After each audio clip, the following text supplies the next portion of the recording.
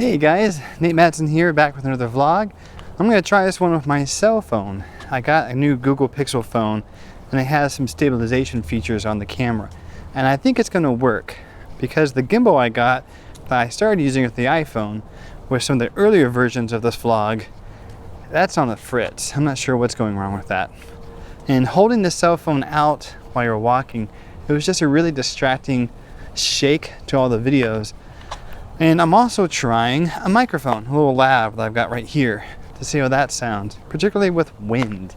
So, we'll see. And hopefully I'm not backlit by the sun here when I turn. And it's not super bad, not so super great.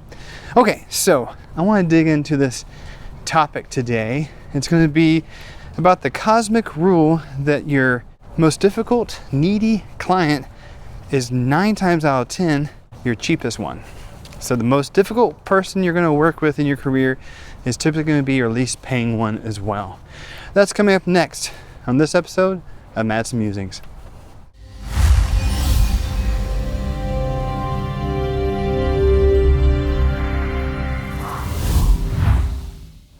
All right, so let's dig in here. I have a personal experience with this, and to avoid any kind of issues, I'm going to be speaking pretty vague. I'm not going to reveal gender. We'll see how that wind does. I'm not going to reveal gender. I'm not going to reveal much of the timeline or any of the projects I worked with this person on.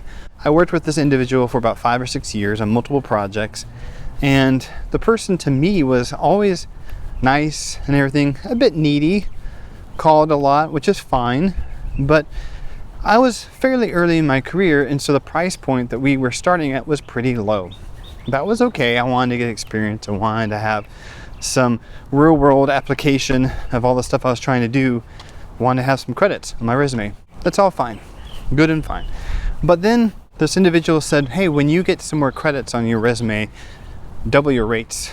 You're too cheap. I was like, okay, no problem. I'm fine with that. I guess this person thought double your rates, but not for me, because we went along and had a fine working relationship, but I started to notice a trend. This individual would call everyone an a-hole.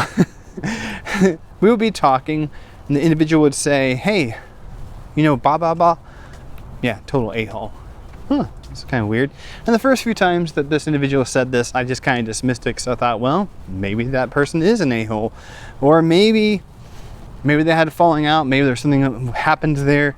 I don't know. It didn't really matter to me. It didn't really concern me. So I just left it alone. But then I started meeting some of these people that this individual said they were a total a-hole. And I'm like, they're pretty nice. I'm not having the same takeaway that this individual is on most of these people.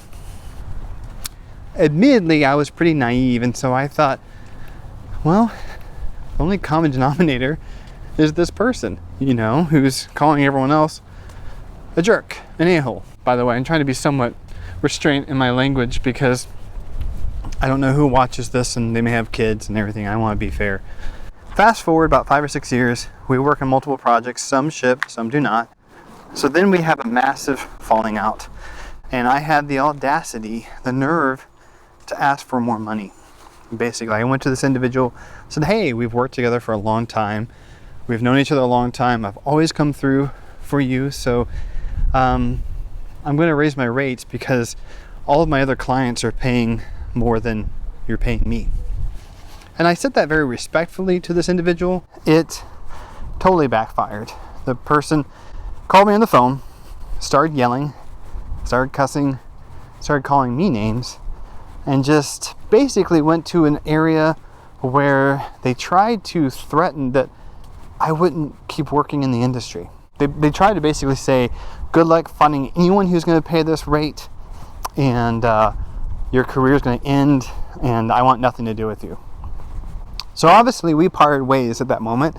You know, that was like, okay, we're clearly not working together again. And I went about my way, and I'll be honest, for the first couple of days, I was nervous. Did I make a huge mistake? Is this individual going to blacklist me?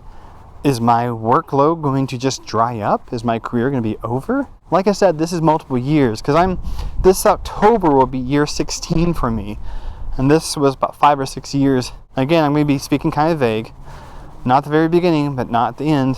I haven't talked to this individual for a number of years, not to brag, but I've been adding a bunch of credits to my resume.